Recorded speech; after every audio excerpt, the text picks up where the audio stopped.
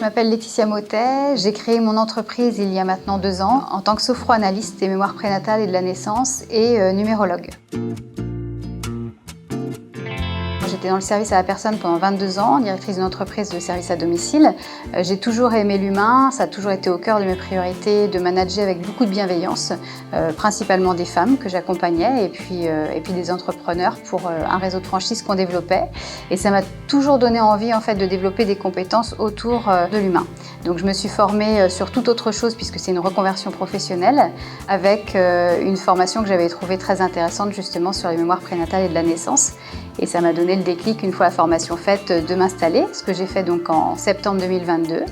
Je me suis rendu compte qu'au fur et à mesure de mon installation, ça a très vite fonctionné assez simplement par le bouche à oreille, mais que malgré tout, j'avais besoin de pouvoir avoir recours à vraiment des informations précises et des formations aussi d'accompagnement. C'est là où j'ai fait justement ma formation donc, auprès de la CCI.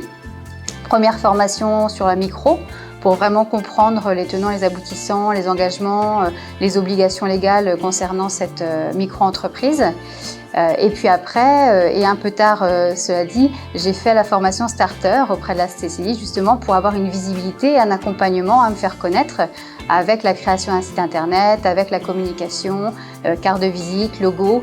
Et mon seul regret, c'est de ne pas l'avoir fait plus tôt parce que j'ai attendu quand même 2 ans pour pouvoir me dire que c'était bien effectivement de prendre ces conseils précieux pour continuer à avancer, à faire grandir l'entreprise et pas juste avancer sans visibilité justement.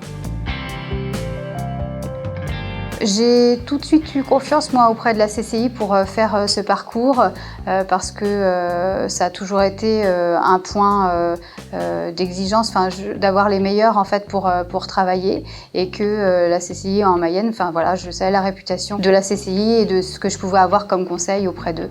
Donc il n'y a pas eu d'autre recherche que celle-là parce que pour moi c'était la plus sécure et la plus fiable en fait.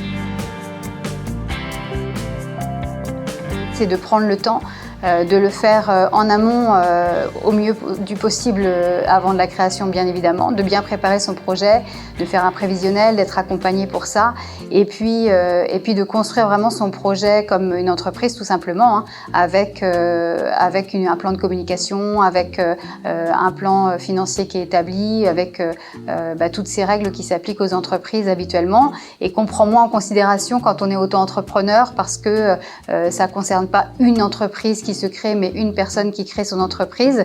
Et pour autant, c'est les mêmes enjeux derrière, puisque ça doit être viable et que ça doit être une situation pérenne. Donc, il faut qu'on se donne les moyens d'avoir cette pérennité dans l'entreprise.